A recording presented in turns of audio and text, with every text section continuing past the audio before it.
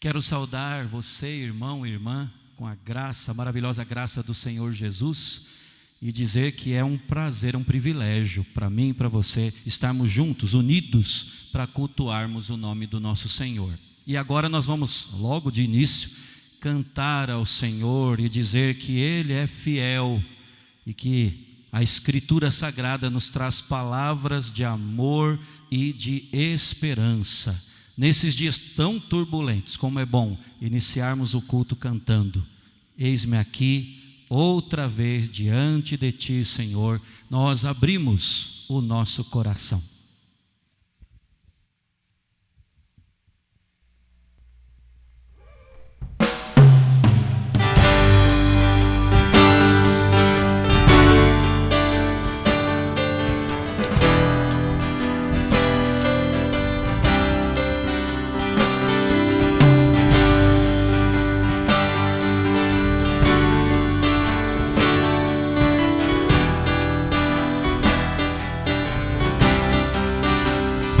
Eis-me aqui, outra vez, diante de Ti, abro meu coração, meu amor, Tu escutas e fazes cair as barreiras em mim. És fiel, Senhor,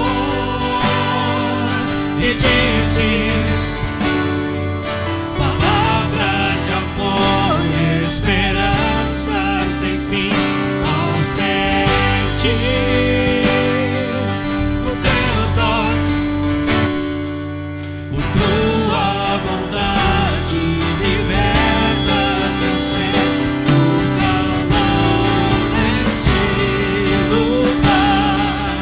Eu venho me derramar, dizer que Te amo, me derramar, dizer-te preciso, me derramar, dizer que sou grato, me derramar, dizer que és formoso.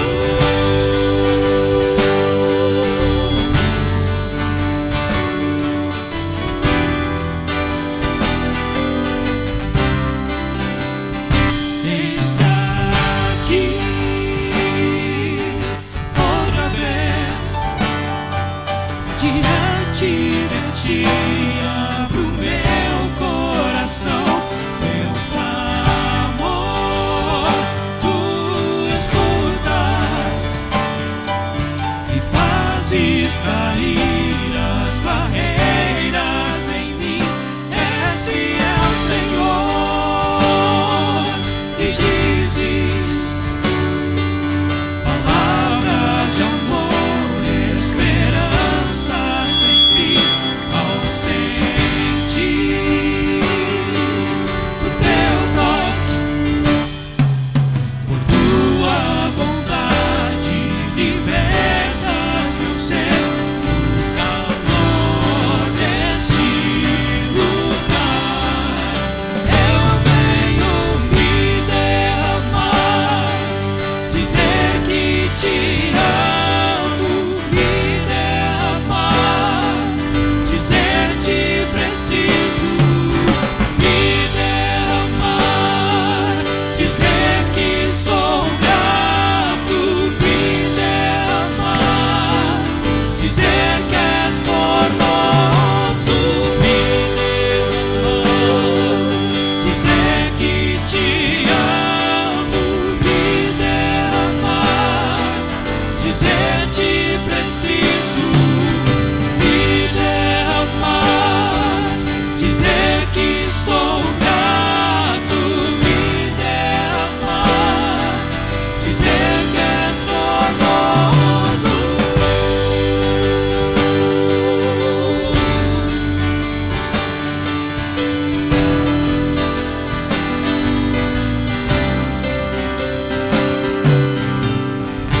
Glória ao nome do nosso Senhor.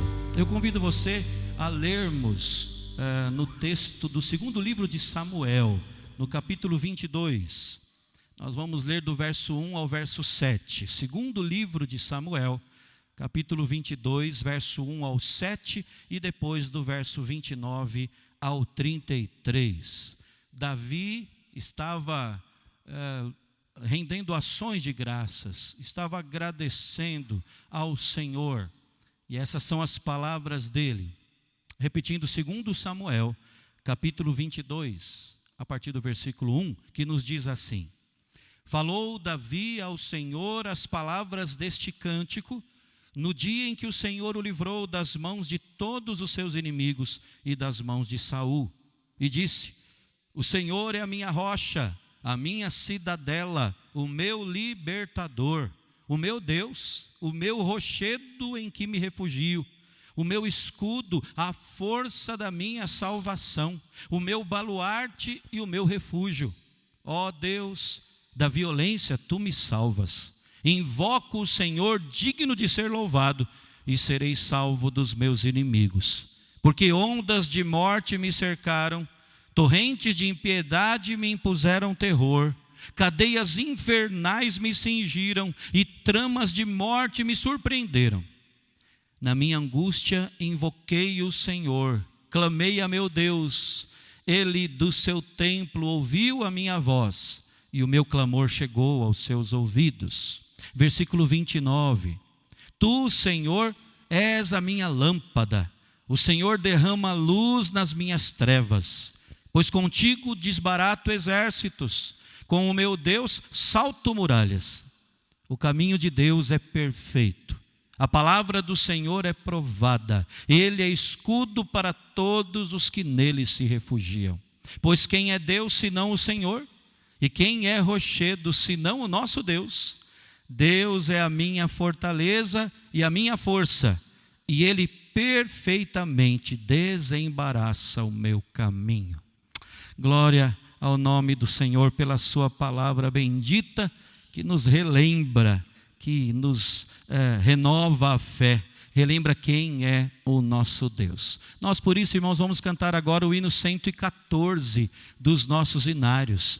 Brilho celeste, peregrinando por sobre os montes e pelos vales, sempre na luz, Cristo promete nunca deixar-me, eis-me convosco, disse Jesus. Hino 114, brilho celeste.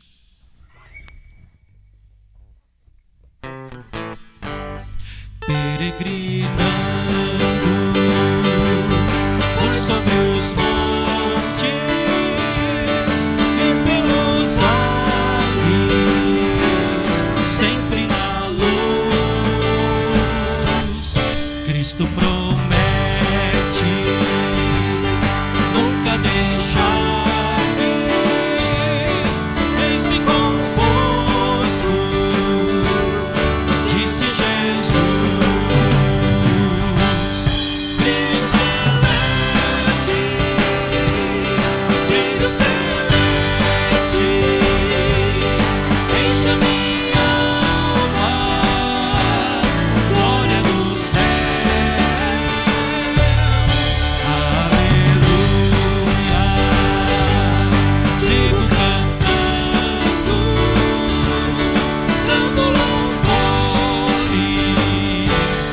Pois Cristo é meu, se vejo sombras por toda parte, o sol pavor não te ocultar, pois Cristo é luz que nunca se apaga, vem ao seu lado, sempre de andar.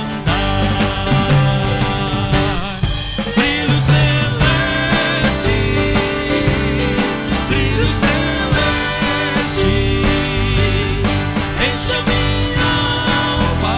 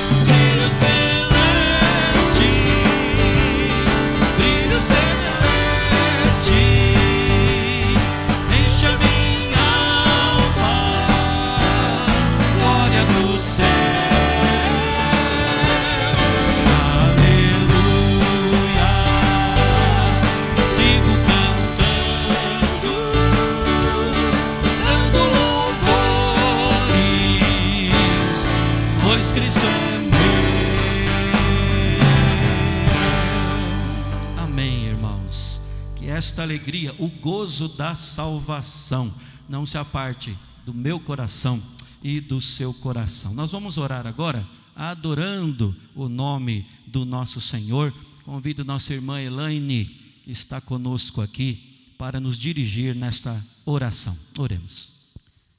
Senhor Jesus, nós te agradecemos, Pai, te damos graças por mais um dia de vida que o Senhor nos concede. Te agradecemos, Senhor, pelo privilégio que é louvarmos o teu nome, Deus.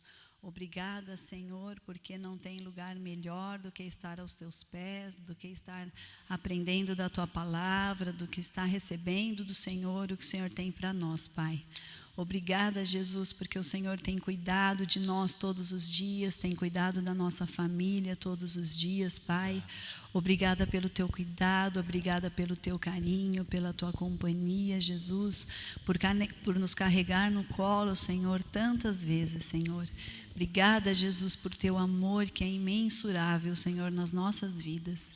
Queremos, Senhor, nesta hora te pedir que o Senhor esteja alcançando, Senhor, as vidas que estão assistindo, Senhor, a este culto. Que o Senhor leve conforto, leve paz, Senhor Jesus, leve alegria, Senhor Jesus, leve consolo, Senhor, para as pessoas que estão tristes, algumas enlutadas. Que a tua paz, Senhor, aquela que excede o entendimento, esteja invadindo, Senhor, os lares, os corações, Senhor, e dando, Senhor, o teu amor, a tua paz e tudo que o Senhor tem para nós. Amém. Muito obrigada, Jesus, por tudo que o Senhor tem feito por nós. Nós te louvamos, te agradecemos, te bendizemos, Senhor, no nome de Jesus. Amém. Amém. Amém. Eu convido você agora a lermos mais uma vez, ou melhor, antes de nós lermos, tem uma participação especial aqui no nosso culto. Como você sabe, desde que estamos em isolamento, não podendo estar juntos aqui no templo, nós temos colocado aqui hinos do coral e também do Grupo Emanuel. E hoje nós vamos louvar a Deus com os irmãos do Grupo Emanuel, cantando um hino que fala que há um povo preparado para lutar, marchando firme na fé.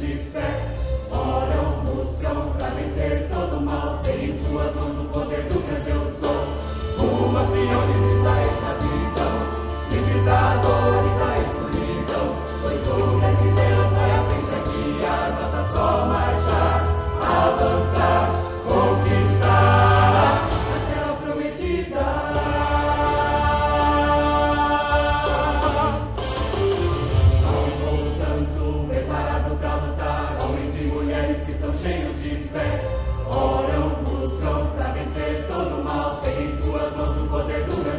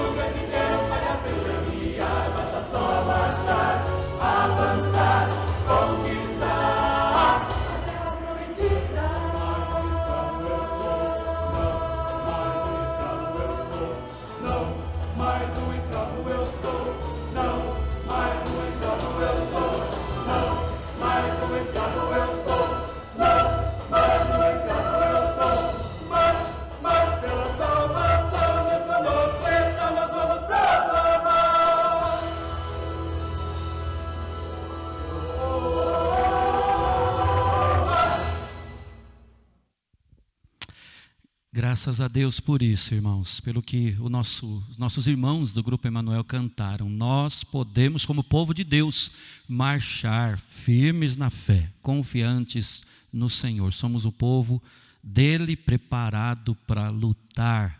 Glória a Deus por isso. E é esta a ênfase do texto que nós vamos ler. Convido você de novo a abrir a sua Bíblia no Salmo 62. Nós vamos ler apenas os versos 1 a 8. Salmo 62, Salmo de Davi, em que ele diz o seguinte: somente em Deus, ó minha alma, espera silenciosa, dele vem a minha salvação. Só ele é a minha rocha e a minha salvação, e o meu alto refúgio, não serei muito abalado. Até quando acometereis vós a um homem, todos vós para o derribardes, como se fosse uma parede pendida, ou um muro prestes a cair? Só pensam em derribá-lo da sua dignidade. Na mentira se comprazem, de boca bendizem, porém no interior maldizem.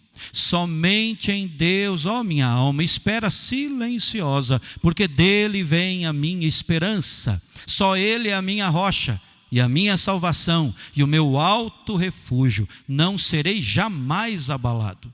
De Deus dependem a minha salvação e a minha glória. Estão em Deus a minha forte rocha e o meu refúgio. Confiai nele, ó povo, em todo o tempo. Derramai perante ele o vosso coração. Deus é o nosso refúgio. Por contemplar, irmãos, a Deus e esperar nele, o salmista começa dizendo que ele não seria muito abalado. Mas ele continua esse processo de contemplar a Deus e de esperar em Deus, e já mais à frente no verso 6 ele fala: não é isso, é que eu jamais serei abalado. Glória a Deus. Nós vamos cantar agora ao nosso Senhor um período de louvor, cânticos espirituais. E gostaríamos que nós iniciássemos hoje esse momento tão especial do culto ao Senhor, olhando para dentro de nós, irmãos. O nosso Deus é esse Deus todo-poderoso, a nossa esperança, o nosso refúgio. Só Ele é a nossa rocha, como disse Davi. Mas nós, olhando para nós mesmos, podemos identificar e detectar pontos cegos, pontos falhos.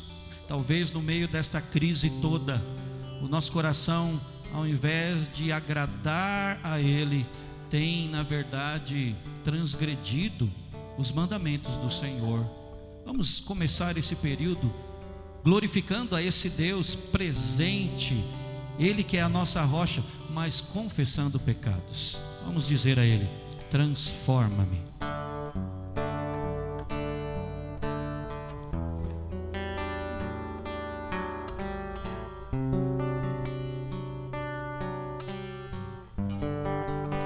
Jesus, te entrego agora a minha oração. Te peço, vem limpar-me de toda transgressão.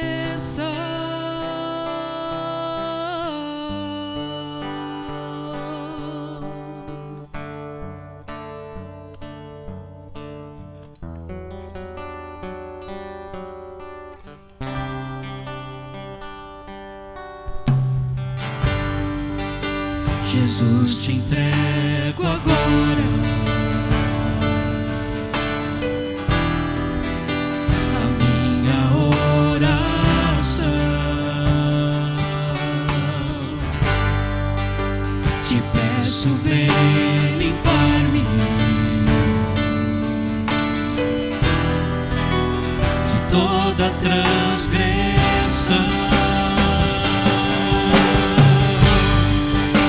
Perdoa os meus pecados, limpa o meu coração, me afasta do mal que me afasta de ti.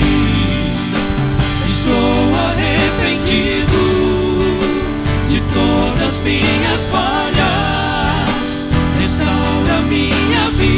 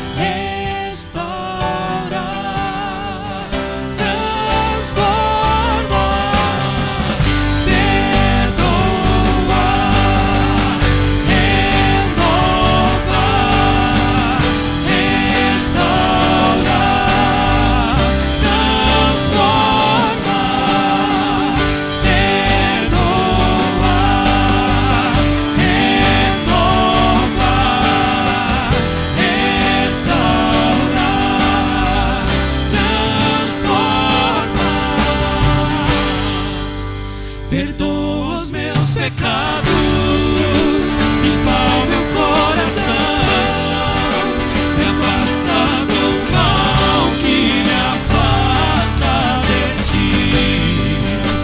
Estou arrependido de todas minhas falhas, restaura minha vida, transforma-me.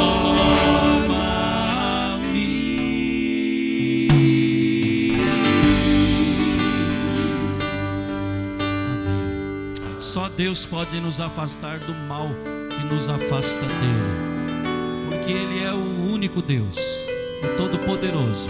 Não há outro Deus. Quem é este que faz o mar se acalmar? Quem é este que faz a tempestade obedecer à sua voz? O nome dele é Jesus.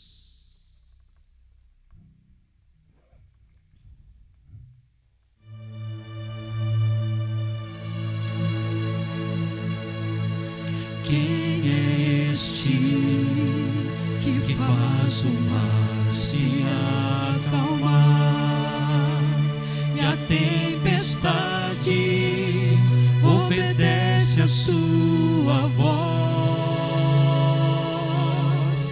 Quem é esse que anda sobre as águas e por onde passa tudo pode transformar? Quem é esse que todas as coisas pode ver e o coração do homem pode sondar? Quem é esse que cura as doenças e o corpo e a alma pode restaurar? O seu nome é Jesus, o Filho de Deus, morreu na cruz em meu lugar, mas a morte venceu e ressuscitou. Igual ao meu Deus não há.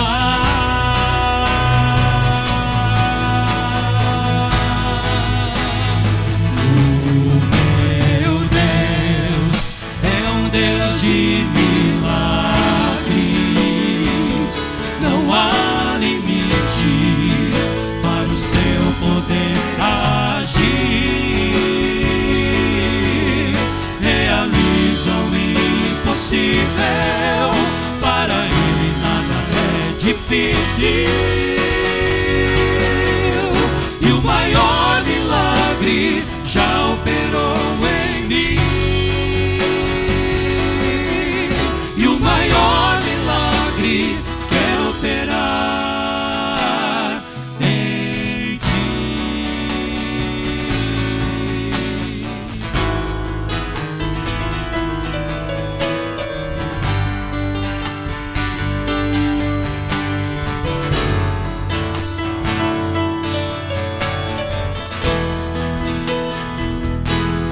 Quem é esse que abre as portas dos leões e na fornalha ardente pode passear? Quem é esse que ressuscita os mortos? Numa nova vida faz o homem experimentar.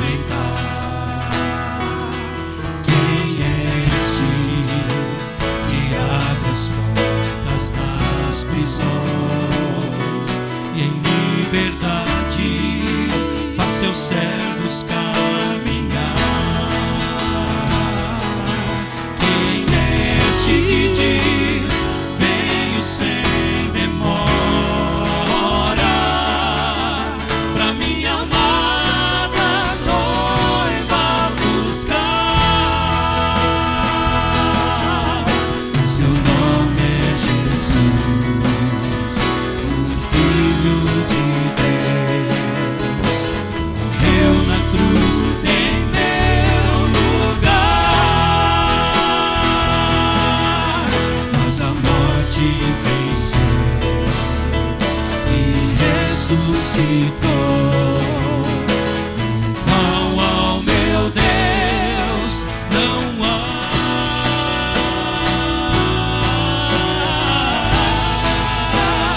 O meu Deus é um Deus de milagres. Não há limites para o seu poder agir. Realiza o impossível, para ele nada é difícil. E o maior milagre já operou em mim. E o maior milagre quer operar em ti.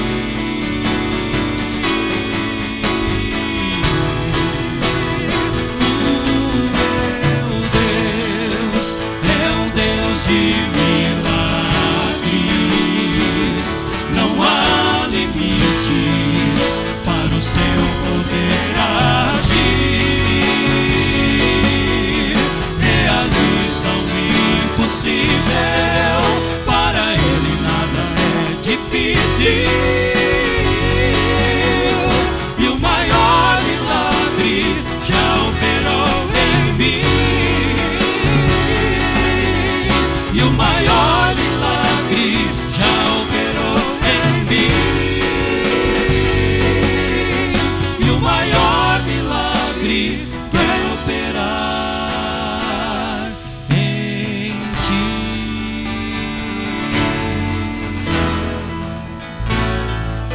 E é a Ele, a esse Deus que realiza o impossível, para quem nada é difícil. É a Ele que nós vamos clamar. Tudo vem dEle, tudo vem dEle, tudo está nele. É por isso que nós caminhamos nele. Ele é a direção a seguir. A Ti eu vou clamar.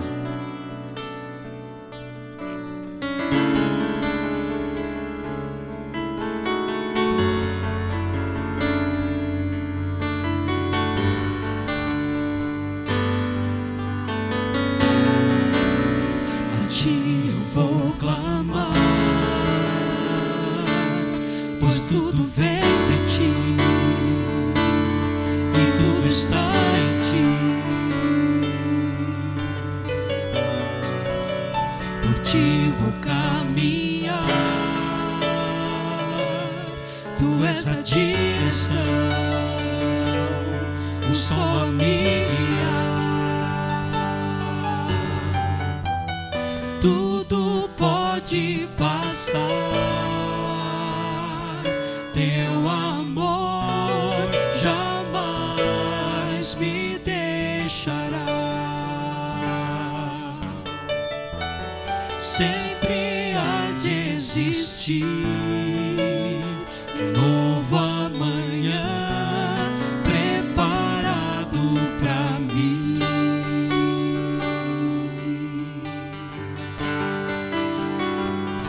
Eu me rendo aos teus pés, és tudo que eu preciso pra viver. Eu me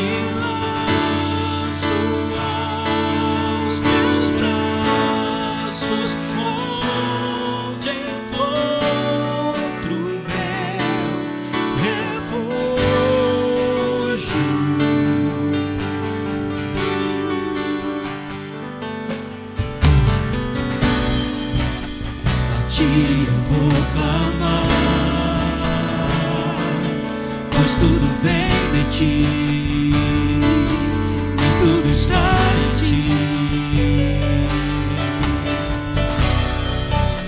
Por ti vou caminhar, tu és a direção, tu só me guiar.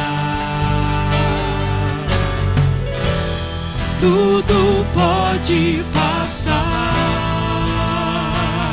teu amor jamais me deixará.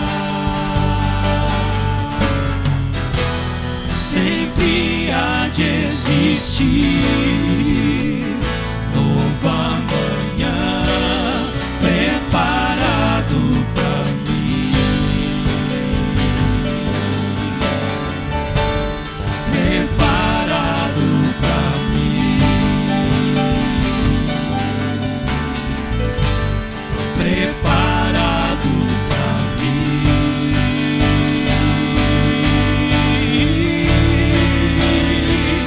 Eu me rendo aos seus pés, és tudo que eu preciso pra viver. Eu me lanço aos teus braços, onde encontro meu refúgio,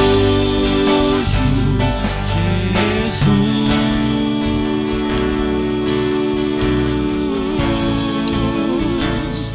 Eis-me aqui,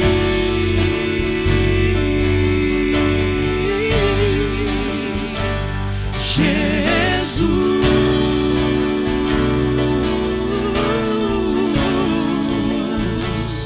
Eis-me aqui.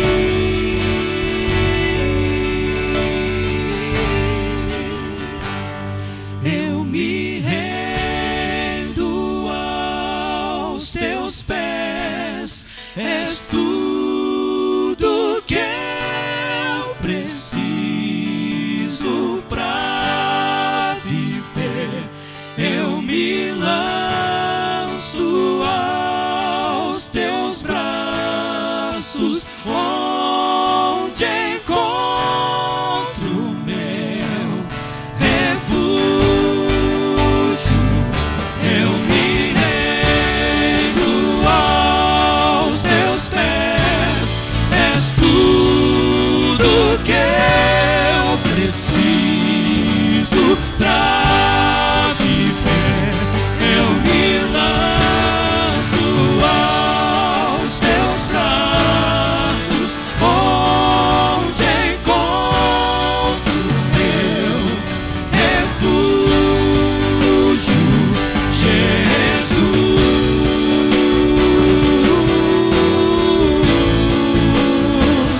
Eis-me aqui,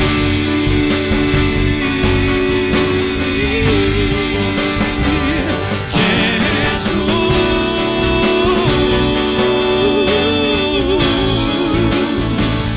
Eis-me aqui.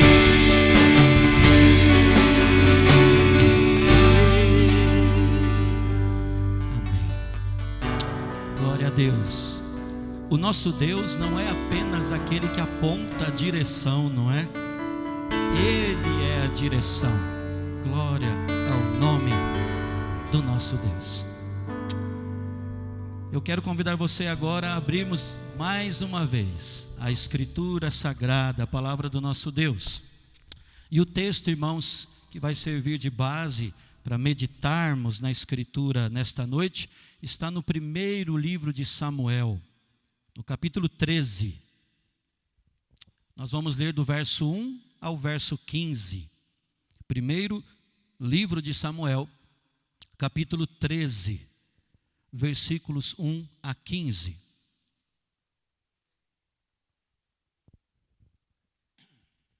O texto sagrado nos diz assim: Um ano reinara Saul em Israel.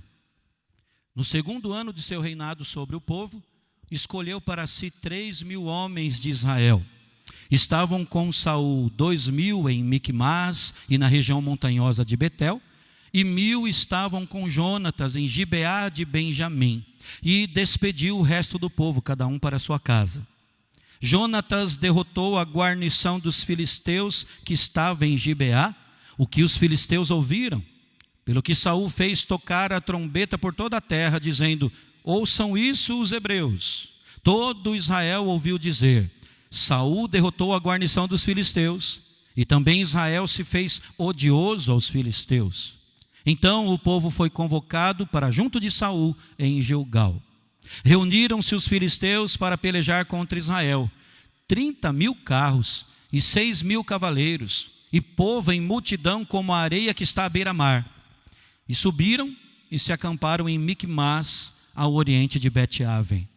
Vendo, pois, os homens de Israel que estavam em apuros, porque o povo estava apertado, esconderam-se pelas cavernas e pelos buracos, e pelos penhascos, e pelos túmulos, e pelas cisternas. Também alguns dos hebreus passaram o Jordão para a terra de Gade e Gileade, e o povo que permaneceu com Saul, estando este ainda em Gilgal, se encheu de temor. Esperou Saul 7 dias, segundo o prazo determinado por Samuel. Não vindo, porém, Samuel a Gilgal, o povo se foi espalhando dali. Então disse Saul: trazei-me aqui o holocausto e ofertas pacíficas. E ofereceu o holocausto. Mal acabara ele de oferecer o holocausto, eis que chega Samuel. Saul lhe saiu ao encontro para o saudar. Samuel perguntou: que fizeste? Respondeu Saul: vendo que o povo se ia espalhando daqui, e que tu não vinhas nos dias aprazados, e que os filisteus já se tinham ajuntado em Micmas, eu disse comigo: agora descerão os filisteus contra mim a Gilgal? E ainda não obtive a benevolência do Senhor, e forçado pelas circunstâncias, ofereci holocaustos.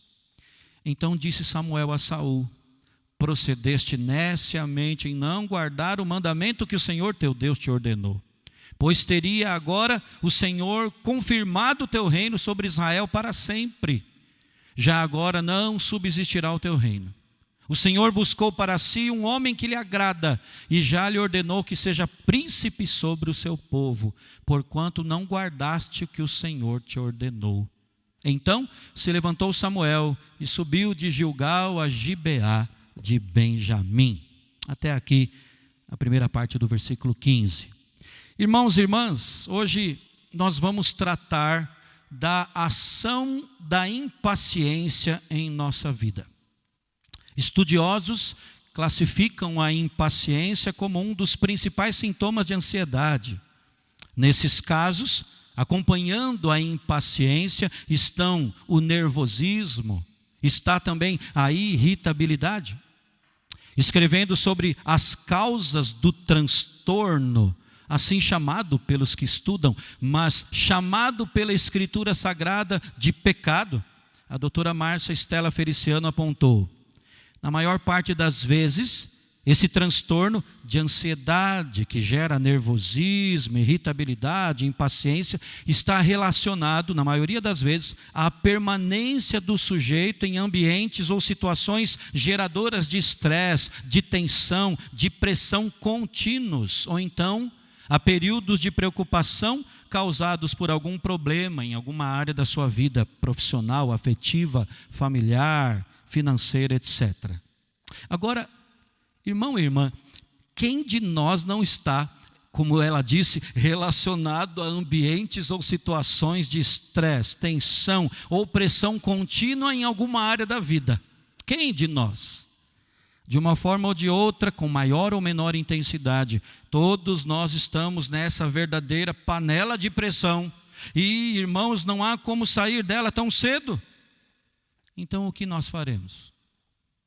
Seguiremos todos vivendo e tolerando o nervosismo, a irritabilidade, a impaciência uns dos outros? Claro que não. Deus não nos criou para isso, não é?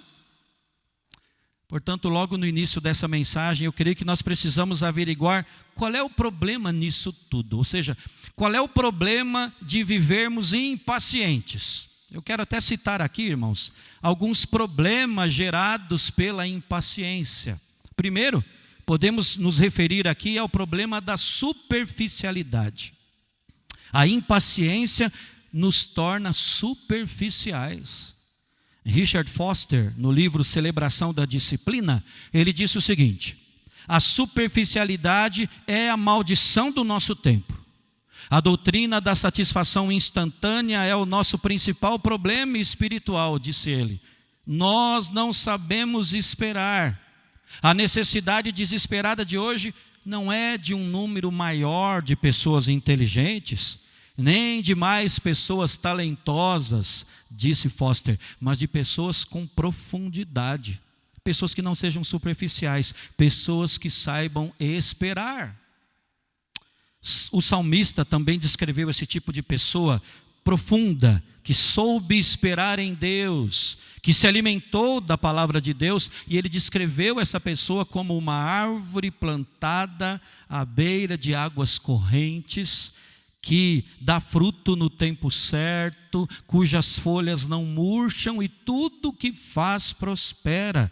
O Salmo número 1.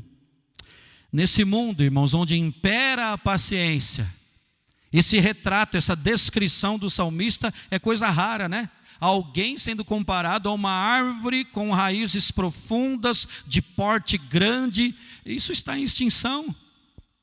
Na verdade, é o mato que tem crescido em seu lugar. Irmãos, a impaciência gera superficialidade.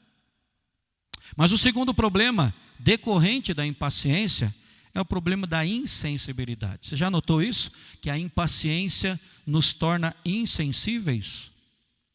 Porque nos tornamos intolerantes, sem amor, sempre enxergando o outro como objeto de satisfação, ou então como um obstáculo em nosso caminho.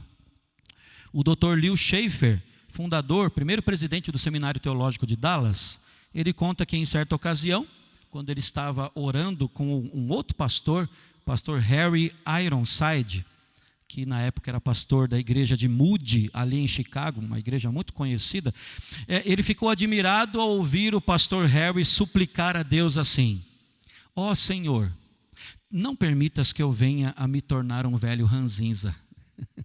Essa foi a oração do pastor Harry. Não permitas que eu me torne um velho ranzinza. Talvez, irmãos, ele tenha orado dessa forma porque tivesse compreendido bem o perigo que corria de ser insensibilizado pela irritação, pela impaciência diante das tensões, diante das pressões constantes da vida, à medida em que ele envelhecia. Isso aconteceu com Saul também. No momento enquanto Davi bem o servia, tocando, trazendo paz ao seu coração, você deve se lembrar desse texto. Saul, diz a palavra, o amou. Isso está registrado no primeiro livro de Samuel, capítulo 16. Mas logo depois, Davi se tornou aos seus olhos um obstáculo em seu caminho. Isso está no capítulo 18. É quando a impaciência, irmãos, fruto de orgulho, fruto da ansiedade maltratada, não tratada devidamente, não tratada à luz do Evangelho, essa impaciência nos insensibiliza. Foi quando isso aconteceu com Saul. Além disso, irmãos, podemos ainda falar do problema da incredulidade.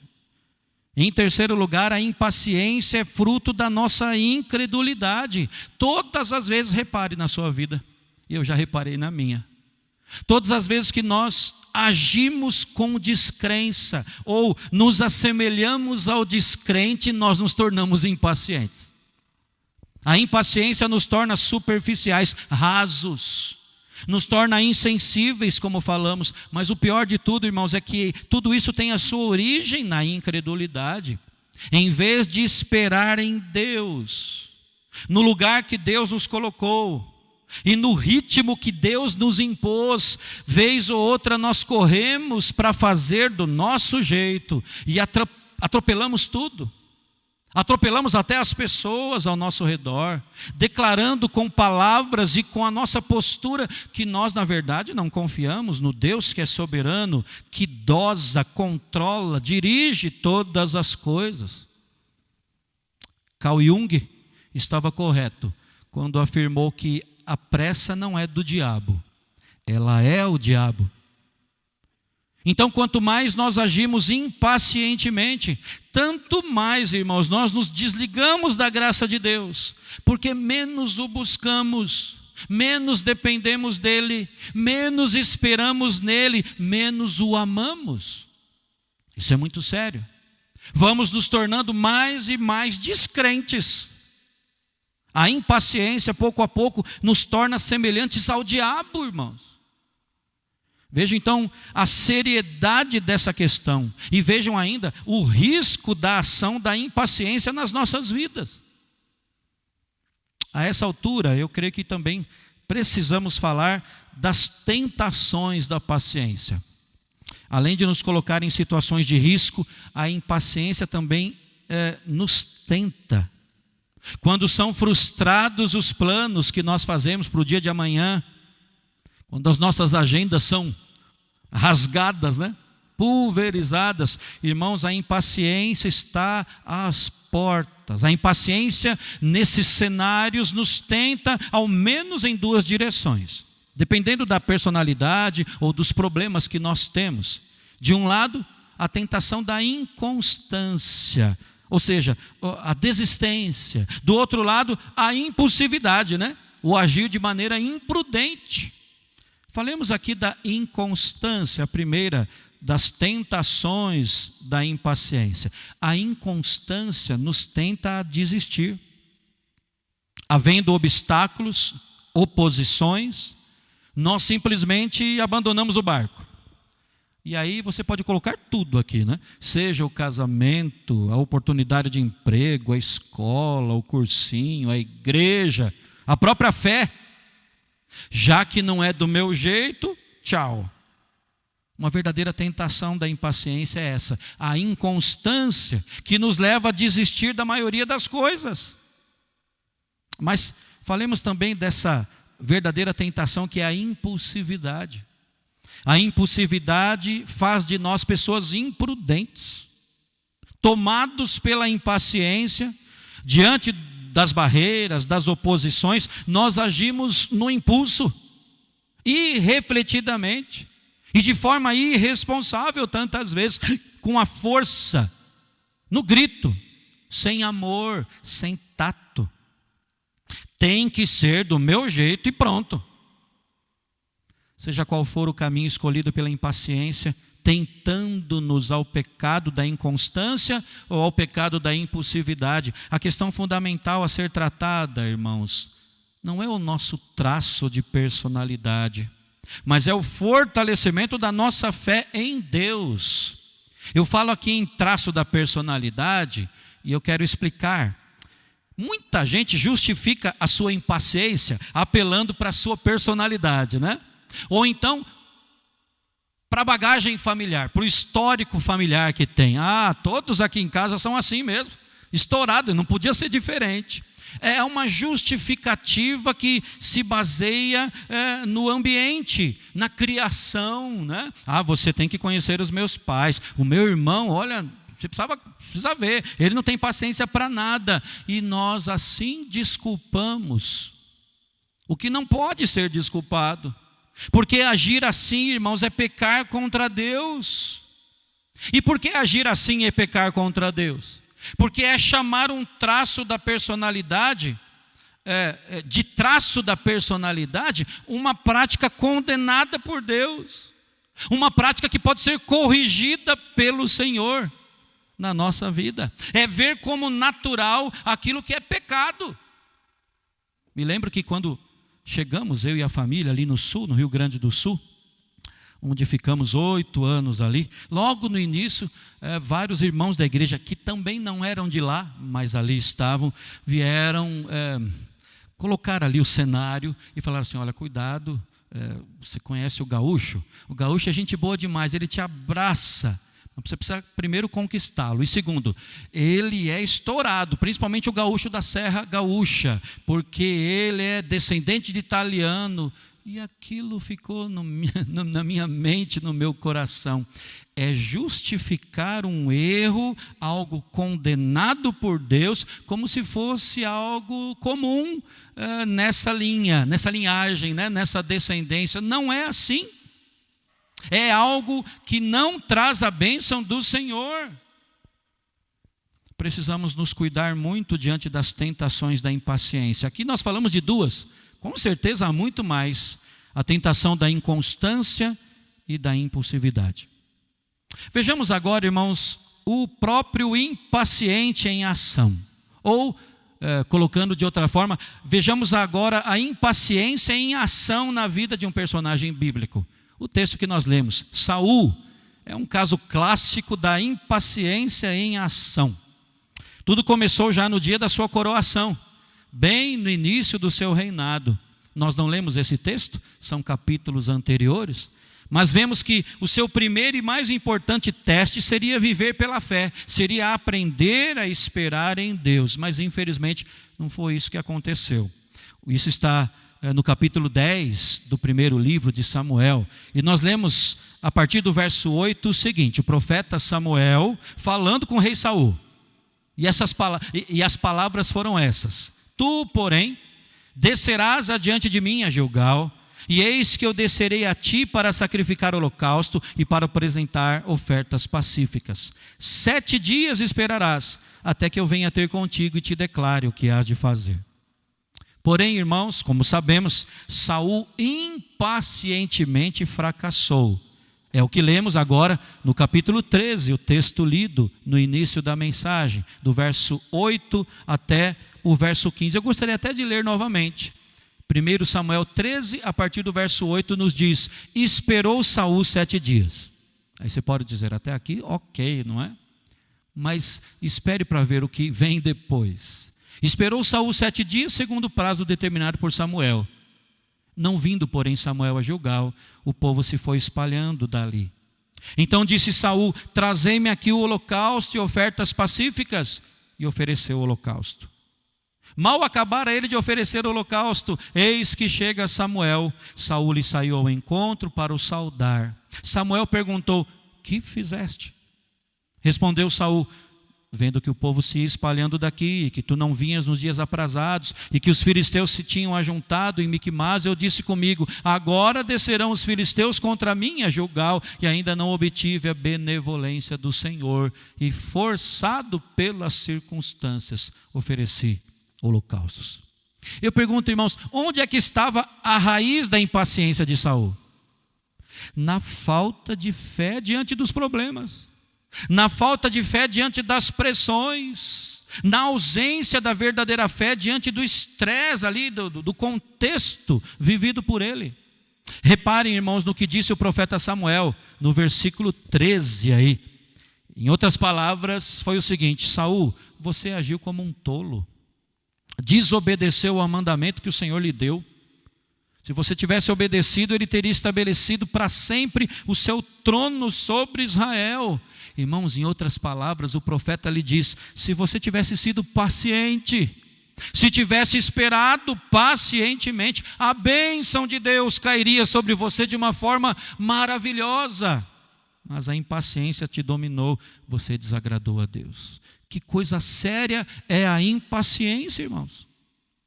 Por isso precisamos olhar mais de perto, eu creio, para o contexto do texto que nós lemos, a fim de entendermos melhor o roteiro da impaciência na vida do rei Saul. E primeiro, irmãos, nesse roteiro, nós vemos o tamanho do problema que ele estava enfrentando, ou teria que enfrentar. Os filisteus reuniram-se para lutar contra Israel, diz o versículo 5. E eles tinham 30.000 carros de guerra, pensa nisso. 6.000 cavaleiros, e tinham tantos soldados, diz aqui, quanto a areia da praia. E eles foram a Miquimás, a leste de Bet-Aven, aquela região ali, e eles acamparam ali. Era um grande exército com um grande poderio de guerra.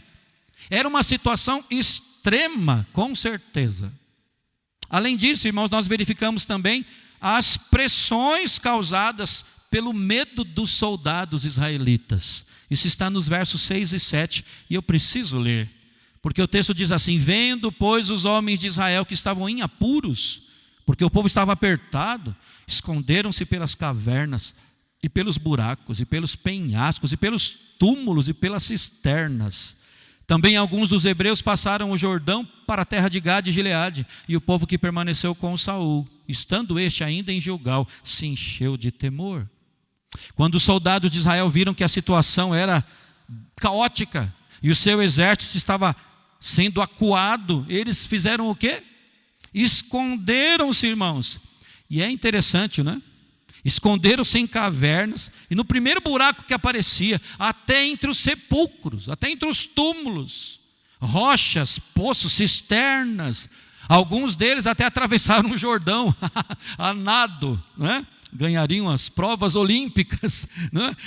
Para ir para o outro lado, ficar lá nas tribos do outro, da além do Jordão, Gade e Gileade. E diz o texto, irmãos, que Saul ficou ali em Gilgal, e alguns soldados ficaram com ele, mas ficaram tremendo de medo, se encheram de temor. Recapitulando então, os adversários muito bem armados chegando, o medo contagiando a todos ali. Um outro ponto é o estresse pelo atraso de Samuel. Porque diz o verso 8, a primeira parte, que Saul esperou 7 dias, segundo o prazo determinado por Samuel. Não vindo, porém, Samuel a Gilgal, o povo começou a se espalhar. Saul, a princípio, obedece a Deus e ao homem de Deus, o profeta Samuel. Ele esperou 7 dias. O prazo estabelecido por Samuel, lá no texto que nós lemos há pouco. Mas o profeta não chegava. A situação fugia do seu controle. E no verso 8, na segunda metade, nós vemos aqui que os soldados de Saul já começavam a se dispersar. E pense nisso, irmão. Saul então olhou ao redor e ele sentiu que ele iria ficar sozinho se as coisas continuassem como estavam. Por fim, nós vemos ainda a ansiedade pelo futuro do seu reino, versos 11 e 12, já lemos agora, não é? Em que Samuel chega, olha para o que estava acontecendo, pergunta a Saul: o que você fez? E aí Saul responde. Aliás, ele cita aqui 3 coisas. Primeiro, Saul fala do povo, os soldados, que já estavam indo embora, já estavam dispersos. Segundo, Samuel, o profeta, diz ele, não tinha cumprido o combinado. Aos seus olhos, Samuel estava então em descrédito. Terceiro, Saul diz que os filisteus já estavam em posição de batalha. Tudo isso, irmãos, fez com que Saul sucumbisse às tentações da impaciência, que nós citamos agora há pouco, e agisse de forma totalmente imprudente. Nós vamos falar disso já.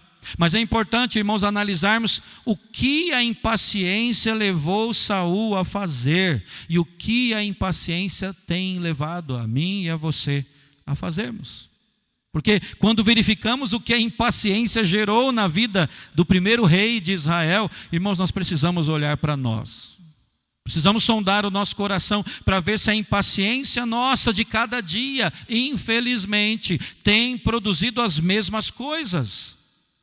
Primeiramente, movido pela impaciência, Saul pecou e arrastou outros para o pecado.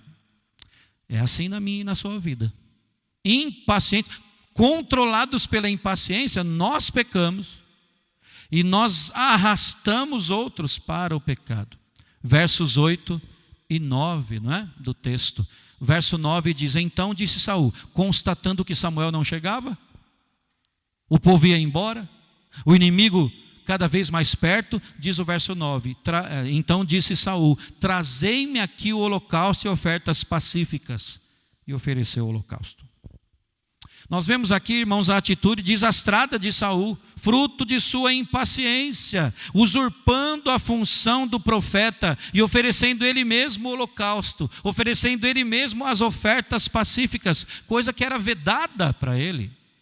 É como, irmão, se ele pensasse ou dissesse assim: quando se tem algo para fazer, faça você mesmo. E foi lá e deu uma de sacerdote e profeta, algo que, como disse, repito, era vedado a ele, algo que era função específica daqueles que tinham sido ordenados por Deus para isso. Só que com isso, irmãos, ele não apenas pecou, ele arrastou com ele todo o povo que estava ali com ele, neste flagrante descumprimento da lei de Deus. O impaciente Saul, pecando e trazendo outros consigo no seu pecado. Na minha e na sua vida é assim também. Em segundo lugar, irmãos, além de arrastar consigo o povo naquele erro, nós vemos que com isso Saul acusou tudo e todos. Irmãos, isso aqui é algo que nós não podemos perder de vida, precisamos assimilar isso aqui. Fruto da sua impaciência, Saul começou a acusar tudo e todos. Versos 10 a 12 que já lemos.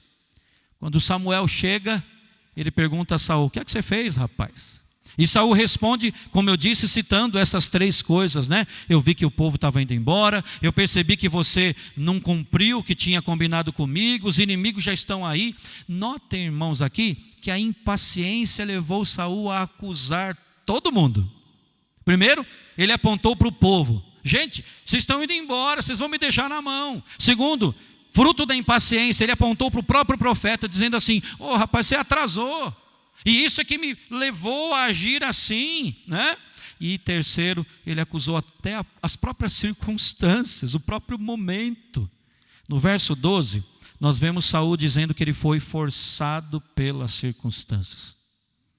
Ou seja, em outras palavras, para Saul, a conjuntura ali é que o levou a agir de forma errada, é que o levou a pecar.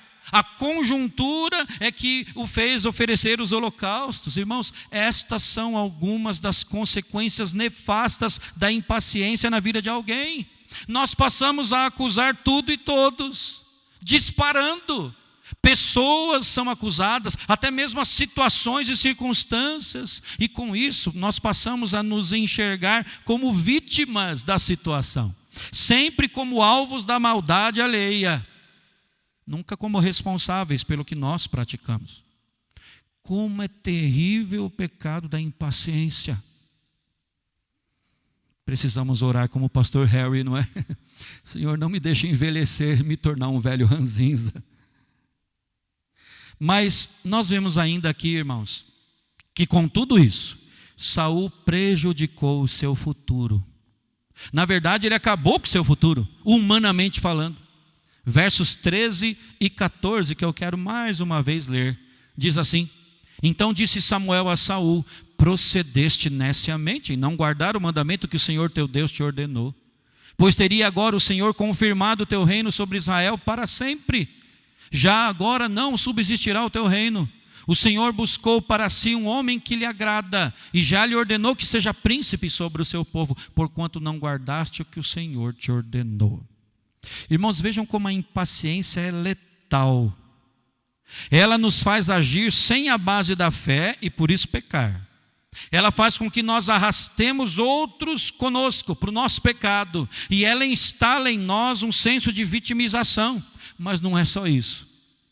A impaciência acaba com as nossas chances de um futuro melhor, de um futuro abençoado por Deus, dirigido por Ele. O profeta Samuel foi bem direto ao falar com o rei Saul acerca da sua postura. Olha, agindo sem paciência, você foi insensato, Saul. Você não obedeceu a Deus. Por isso o reino que seria teu foi repassado para outro.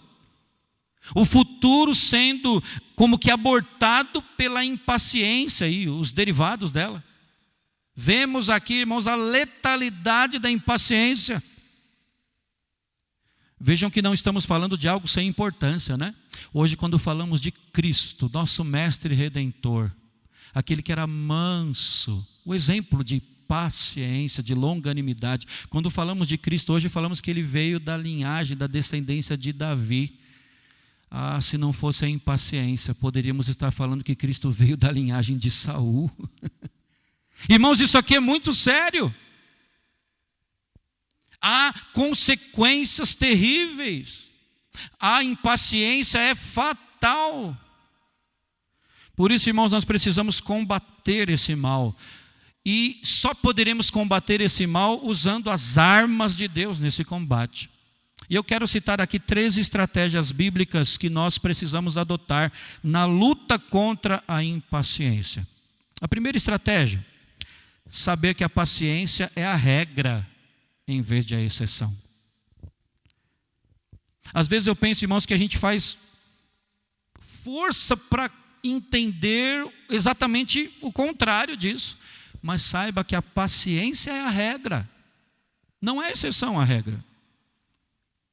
Por exemplo, as primeiras palavras da Bíblia já nos indicam que Deus trabalha pacientemente, perseverantemente. Você se lembra dos primeiros versos da Bíblia, Gênesis? Nos 2 primeiros versos nós aprendemos que a regra é esperar, não só nos 2, mas no primeiro capítulo. No princípio criou Deus os céus e a terra porém era sem forma e vazia. E aí Deus fez o quê? Diz ainda que havia trevas sobre a face do abismo, e o Espírito de Deus pairava por sobre as águas. Deus então, com esmero, com paciência, foi criando tudo do nada, mas uma coisa por vez, não é? Me choca, irmãos, e me surpreende entender que Deus poderia ter criado todas as coisas no estalar de dedos, e tudo viria a existir, mas Ele preferiu criar tudo em sequência, em ordem, e pacientemente, como que cuidando, pintando cada detalhe da sua criação, numa sequência estabelecida por Ele mesmo. O meu Deus, o seu Deus, além de ser o Deus da ordem, é o Deus da paciência.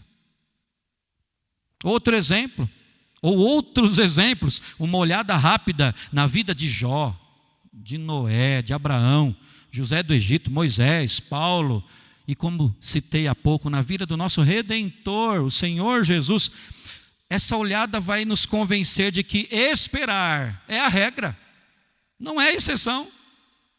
Mas pressionados pelo nosso mundo automatizado, o mundo do micro-ondas, do fast food, nós não sabemos esperar. E muitas vezes, irmãos, estamos pecando sem nos darmos conta disso. Sobre isto, o autor de Hebreus diz assim no capítulo 6: desejamos, porém, continue cada um de vós mostrando até ao fim a mesma diligência, para a plena certeza da esperança, para que não vos torneis indolentes. Você sabe o que é indolente? Eu fui lá no dicionário, tive paciência. Indolente é lerdo, lento.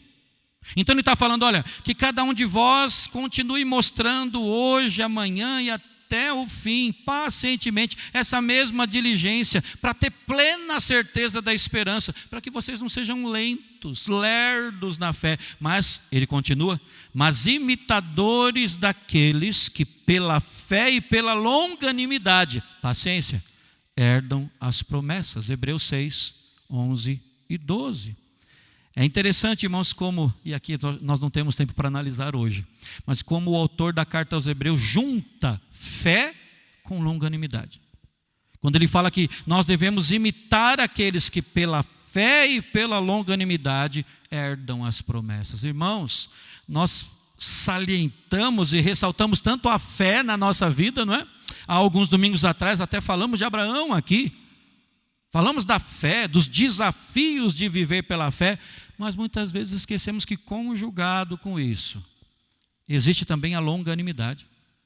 Devemos viver pela fé sim, mas esta fé está junto com a longanimidade, para que herdemos as promessas do Senhor. Então, irmãos, a paciência é a regra. E a paciência é uma prova fundamental de que somos de Cristo, de que somos salvos. Lucas 21, 19 diz assim, Jesus diz ali, é na vossa perseverança que ganhareis a vossa alma.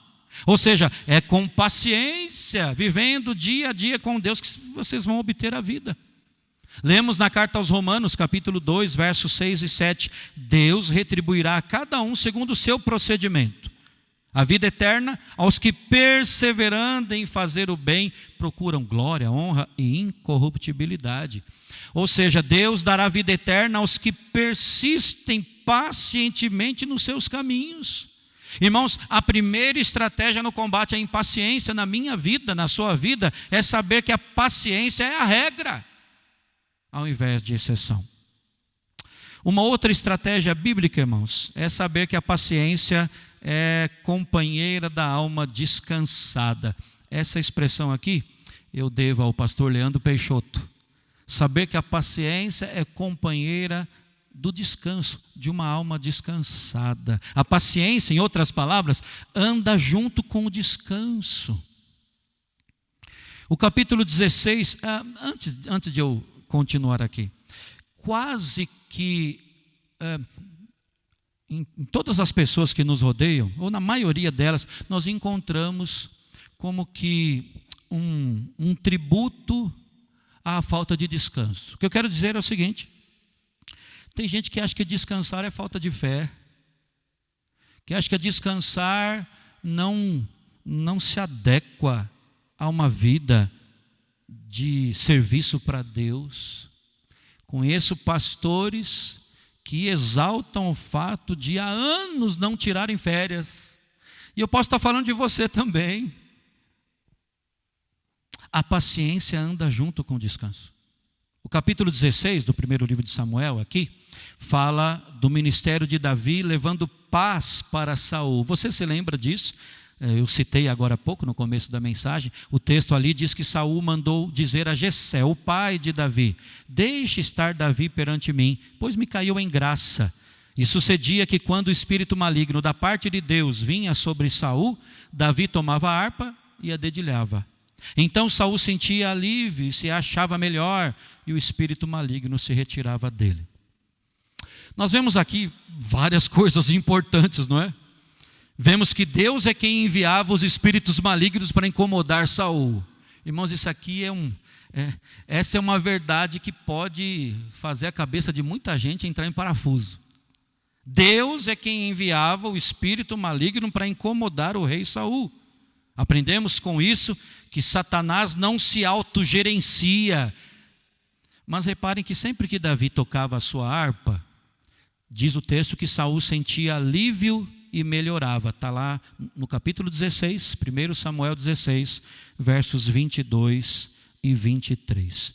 Um comentarista da Escritura, J. Dwight Pentecost, ele argumenta que a palavra alívio sugere que a irritação de Saul era causada em parte ou até inteiramente pelo cansaço. A palavra ali usada para alívio dá a entender que era por exaustão que Saul estava ali atormentado.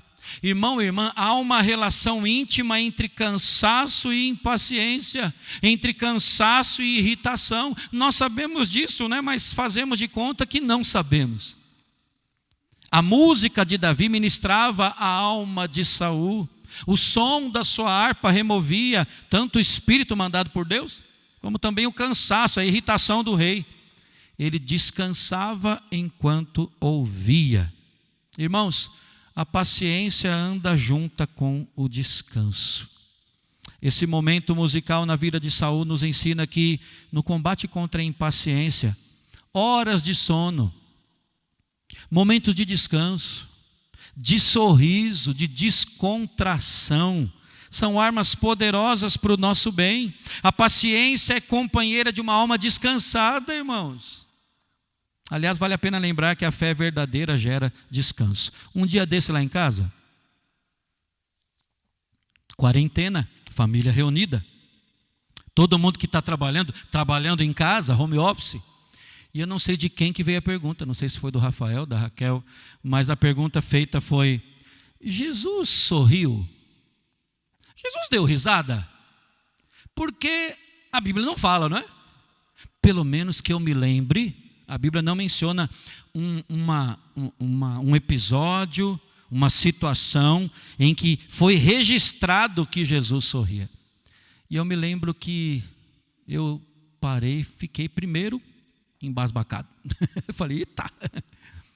Mas depois me veio à mente um dos salmos, que fala que na presença do Senhor é que há plenitude de alegria. Como é que o meu Senhor não sorriria, não viveria de forma alegre, prazerosa, não é? Tendo momentos de descanso. Você se lembra tantos momentos em que Jesus se retirava para orar, sim, mas ele se retirava, irmãos. A verdadeira fé, eu repito, gera descanso. A paciência, então, anda junto com isso, junto com o descanso.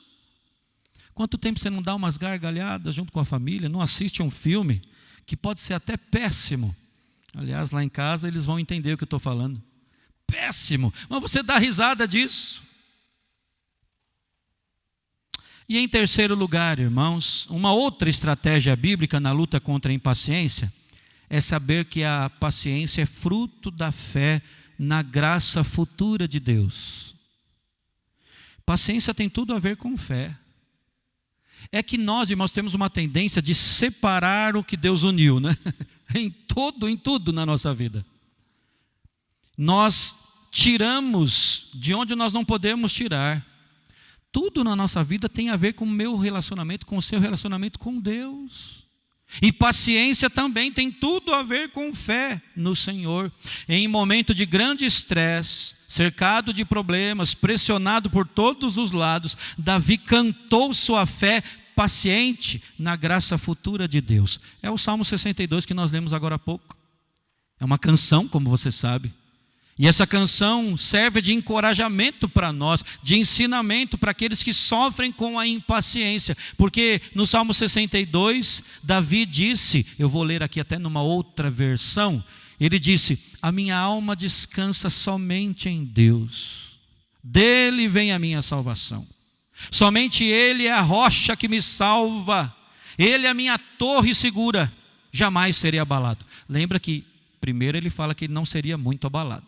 Mas depois, entendendo quem é Deus e a ação de Deus na sua vida, ele fala, eu jamais serei abalado. E ele continua, verso 5 do Salmo 62, descanse somente em Deus, ó minha alma, dele vem a minha esperança. Verso 6, somente Ele é a rocha que me salva, é a minha torre alta, não serei abalado. 7, a minha salvação e a minha honra dependem de Deus, Ele é a minha rocha firme, o meu refúgio. E o 8, finalmente, confie nele em todos os momentos, ó povo, derrame diante dele o coração, ele é o nosso refúgio. Esse salmo, irmãos, nos mostra, não vamos aqui examiná-lo totalmente, não é? Mas esse salmo nos mostra o que fazer na hora da impaciência. Porque a impaciência vai continuar vindo. Ela vai teimar em nos controlar. O que fazer na hora da impaciência? Davi diz aqui no Salmo 62, primeiro, espere. Depois ele fala, pregue para você mesmo. Nós já estudamos isso aqui há um tempo atrás. Pregue para a sua própria alma, não é? Ele disse, descanse somente em Deus, ó minha alma. Pregue para si mesmo. Depois ele fala, continue confiando, é dele que vem a minha salvação. Mas ele diz mais, ele diz que é para esperar e confiar em silêncio. Somente em Deus, ó minha alma, espera silenciosa. Nós muitas vezes, parece que esperamos, irmãos, mas a nossa espera não é assim silenciosa. E ele fala, somente em Deus, ó minha alma, espera silenciosa, reconhecendo que Deus é o nosso refúgio. Antes de encerrar, eu quero que você veja aí uma frase do John Piper, tirado do livro dele, Graça Futura. E ele escreve ali, a impaciência é o que nós começamos a sentir quando surgem dúvidas sobre a sabedoria do tempo de Deus ou quanto à bondade da orientação divina. Ela surge no coração quando um plano é interrompido ou desfeito. Pode ser provocada pela longa espera em uma fila de caixa ou por um golpe repentino que estraçalha metade dos nossos sonhos. O Piper continua dizendo, o oposto da impaciência não é a negação superficial do problema, e sim a disposição sempre mais profunda, madura e pacífica de esperar por Deus no lugar não planejado da obediência. Eu gosto dessas palavras dele. Esperar por Deus no lugar não planejado da obediência. Esperar no lugar de Deus, ele diz, ou seja, no lugar apontado por Deus e caminhar segundo o passo de Deus. É que muitas vezes nós queremos dar os passos segundo o que nós mesmos achamos conveniente, mas nós devemos, diz o Piper, caminhar segundo o passo de Deus. Você tem sido vencido pela impaciência no meio dessa pandemia? A impaciência tem te dominado? E você, talvez sem perceber, tem se tornado ranzinza, superficial, insensível? Tem agido com descrença, ao invés de agir com base na fé? E as tentações da impaciência têm ganhado espaço, a inconstância, a impulsividade? Você não tem atendido ao que Tiago nos ensina em sua carta, ao nos dizer assim: sede, pois, irmãos, pacientes até a vinda do Senhor. Eis que o lavrador aguarda com paciência o precioso fruto da terra, até receber as primeiras e as últimas chuvas. Sede vós também pacientes e fortalecei o vosso coração, pois a vinda do Senhor está próxima. E ele continua ali, Tiago. Irmãos, Tiago capítulo 5. Irmãos, não vos queixeis uns dos outros para não serdes julgados. Eis que o juízo está às portas. Tomai por modelo no sofrimento e na paciência os profetas, os quais falaram em nome do Senhor. Eis que temos por felizes os que perseveraram firmes. E Tiago termina a sequência ali da sua narrativa sobre a paciência, dizendo o seguinte: tendes ouvido da paciência de Jó, e vistes que fim o Senhor lhe deu, porque o Senhor é cheio de eterna misericórdia e compassivo. Irmãos, que Deus nos guarde todos os dias do pecado da impaciência, das consequências da impaciência em nossas vidas. Essa é a minha oração, em nome de Jesus. Amém. Eu gostaria que nós, antes de encerrarmos o culto, consagrássemos a nossa vida, o nosso viver, cantando ao Senhor agora, o cântico que fala do poder da graça e do amor do Senhor sobre as nossas vidas. Senhor, eis-me aqui, vem transformar o meu ser no fluir da graça que encontrei em Ti. O cântico ainda diz assim: Senhor, eu descobri que as fraquezas que há em mim podem ser vencidas no poder do Teu amor. Vamos entregar nossas vidas nas mãos do Senhor, cantando.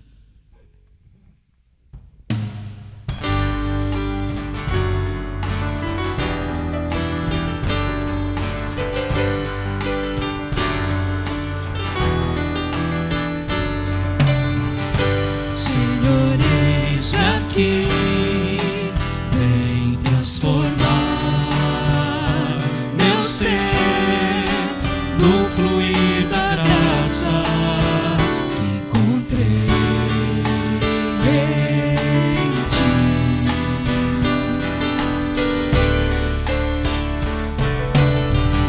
Senhor, descobri que as fraquezas que há em mim podem ser vencidas no poder do Teu amor.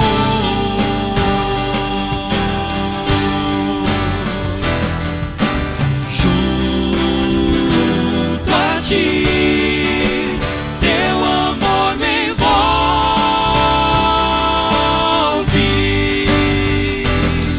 atrai-me pra o Teu lado estar.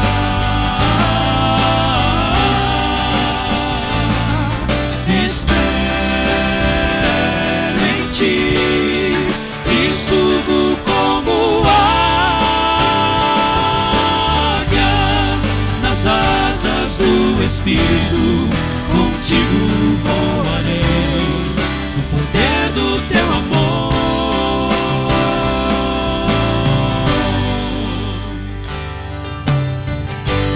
Face a face, quero ver-Te, meu Senhor, e conhecer o amor que habita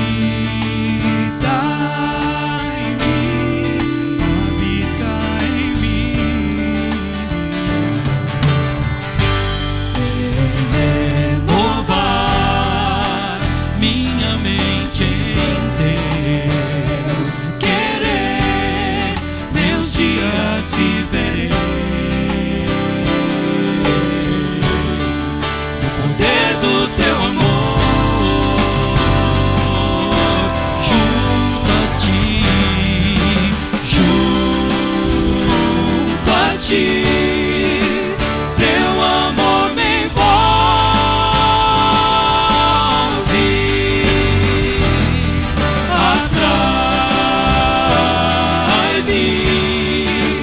pra o teu lado estar.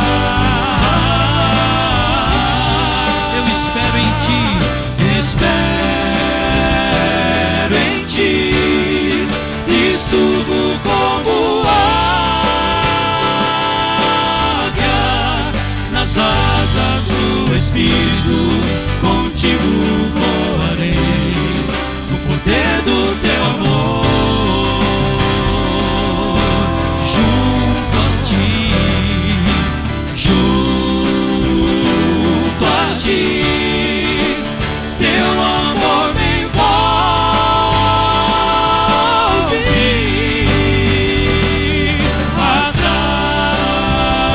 Atrai-me pra o teu lado estar.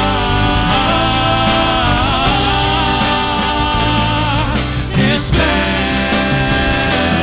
em ti e subo como águias nas asas do Espírito. Contigo voarei no poder do teu amor.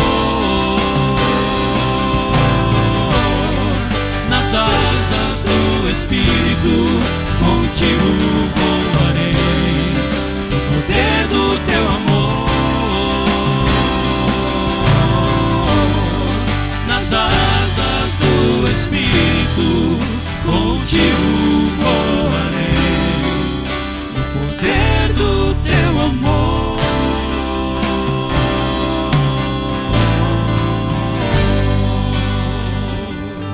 amém. Essas palavras cantadas não nos tornem mentirosos, ao contrário, não é? Possam expressar de fato a compreensão da palavra do Senhor e um pedido sincero para que Ele transforme o que precisa ser transformado em nosso coração. Vamos orar agora, irmãos, também rogando a Deus por nós, consagrando as nossas vidas. Eu quero chamar aqui o presbítero Fernando Momberg para nos dirigir nesta oração, e em seguida nós vamos receber a bênção apostólica. Vamos orar com o nosso irmão.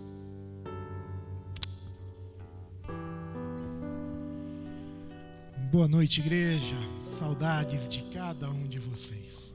Como é bom estar aqui. Quando estava vindo para cá, lembrei do salmista, que diz lá no capítulo 122: alegrei-me quando me disseram, vamos à casa do Senhor.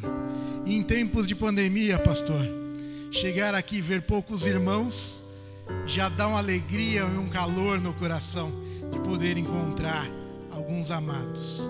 E eu vi no grupo da igreja semana os irmãos loucos para poderem voltar aqui para a igreja, querer ficar aqui e se abraçar, estar cultuando. Meu amado irmão, nossos governantes têm errado e continuam errando, mas nós, como líderes da igreja, estamos pensando em você e queremos o seu bem.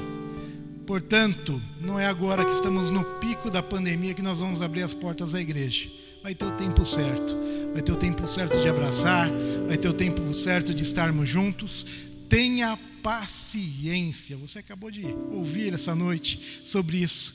Tenha paciência, porque em breve estaremos todos juntos aqui louvando o nosso Deus, cultuando o nosso Deus juntos. Estaremos aqui podendo nos abraçar, nos confraternizar juntos. Vamos orar? Baixe sua cabeça, feche seus olhos.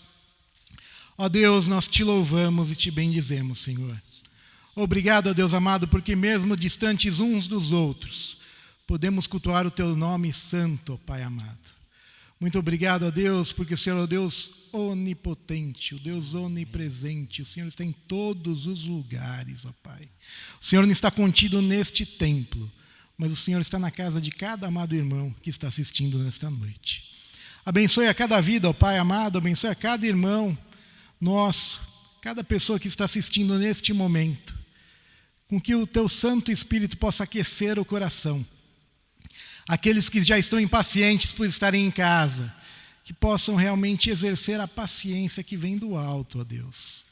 Como disse o profeta Isaías, que Jesus Cristo, o nome dele, seria chamado por maravilhoso conselheiro, Deus forte, Pai da eternidade, príncipe da paz.